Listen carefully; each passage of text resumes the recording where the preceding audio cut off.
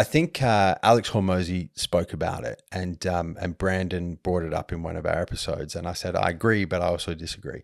And it's the having like a jug of water and trying to fill a cup up, and just having one cup and like filling it until it overflows, or having like 10 cups and only filling all of them up like 10%, right? And he's like, when Hormozy was talking about it, he was saying, you know, the people that achieve, it was to do with income streams in particular. He was like, the people that are the richest people I know went all in on one income stream, and he pours the jug of water into the glass and it overflows.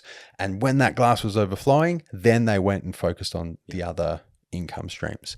And I think there's a lot of truth to that, and it applies to things outside of income streams as well. Like you have to find that one thing and become an expert at it, right? I think you know, it ties into what we're speaking about with multitasking as well, right? I think a lot of people go wrong where they try and be like a jack of all trades, master of none. So they want to do this and they want to do this and they want to do this and they want to do this and they want to do this and they want to do this and they want to dabble in that and have fucking 10 things going. And they kind of do okay at like a bunch of things, but they don't really get really good at that one thing. And I think that's a trap, especially a lot of entrepreneurs. Like, man, I do business mentoring, right? So I work with a lot of different business owners and mentor them. And it's one of the most common things that I see. And these are like successful business owners, and they're still at that point where it's like, yeah, and I want to go do this and I want to pursue this thing and I want to do that thing. And I'm just like, man, just hold on a second. Right? Opportunity cost. What's the cost associated with saying yes to all these things? You're inherently having to say no to things. We all have limited time and resources and effort and energy. So if you're taking that limit and you're spreading it over these 5, 6, 7, 8, 9, 10 things, how good do you think you're going to become? Right? Let's peel them off. Right? What's the most important? It might not be one thing. It might be 2 things. It might be 3 things. What's the most important? Let's challenge. Let's go there, right? Let's focus on that. Let's get really fucking good at that. Then we can start thinking about how we build on that. So back to your question. Yeah, it's like pick the one thing, get really fucking good at it. For me in business, it was supplement retailing, right? It was online actually, was where I first started. We go and do that, become really good at that. All right. And then it's kind of layered on.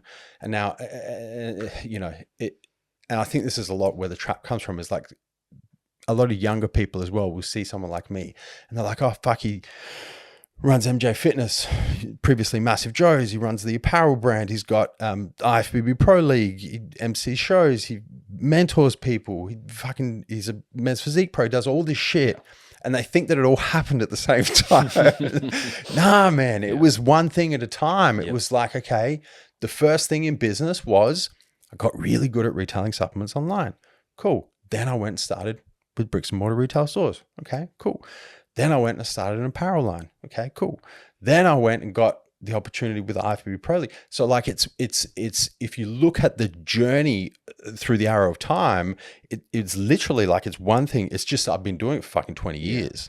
So over that period of time, you start layering the things on top of each other and you end up with, you know, a whole lot of shit going on. Similar to like training a muscle in the gym, or, you know, take a deadlift for an example. You don't walk in and deadlift 200 kilos on day one. You start with, you know, 40 and then 60 and then you build it up there. Yeah. Much like this is you building your capacity to manage multiple things at any given time. And that comes with a team, that comes with all those other things as well. But I did want to just like explore the jack of all trade things a little bit more, because it's interesting. I hear like varied opinions and, you know, I'll share mine from a young, you know, a little bit, early in the game. And so the way I see, and I think, you know, your framing of jack of all trades perfect in the like I agree in the terms of like trying to do too many things at once. But I wonder as a business owner, as an entrepreneur, the jack of all trades is a powerful thing to have in the concept of skills. And so I think trying to do too many different businesses is a terrible idea. But, and, you know, once again, tell me if I'm wrong, but the ability to have the skills in multiple different facets means that you can oversee and help manage your business a lot better as well. You know, like you don't necessarily have to be the best software developer or the best at marketing or the best at video content or whatever it is, but having some knowledge would likely be very helpful. Hey man, when you start out in any business, you're inherently going to have to do everything. because you don't have the financial capacity to bring on someone to run your digital ads or to run your business development or to run your warehouse or, whatever product, whatever it is, whatever the business is. So you have to learn everything, right? You have no choice. It's that or it doesn't happen. It's that or it just becomes a dream and doesn't turn into anything. So, in terms of out of necessity, just doing everything, 100%.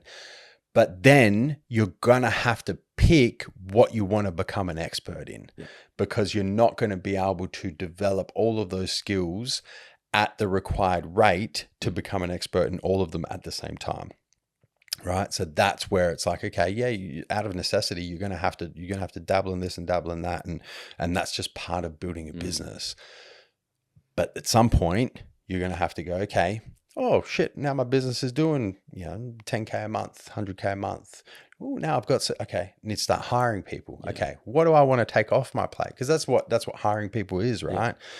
What do I want to take off my plate? Am I trading? Do I want to get off the tools so I can focus on sales? Okay. Or do I want to get off the tools so I can focus on biz dev? Okay, cool. If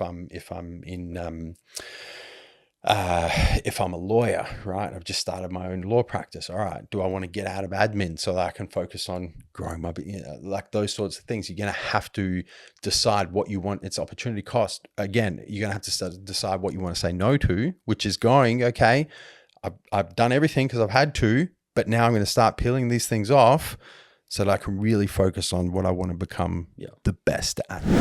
Head over to Jordan Checker Podcast to get the full exclusive experience.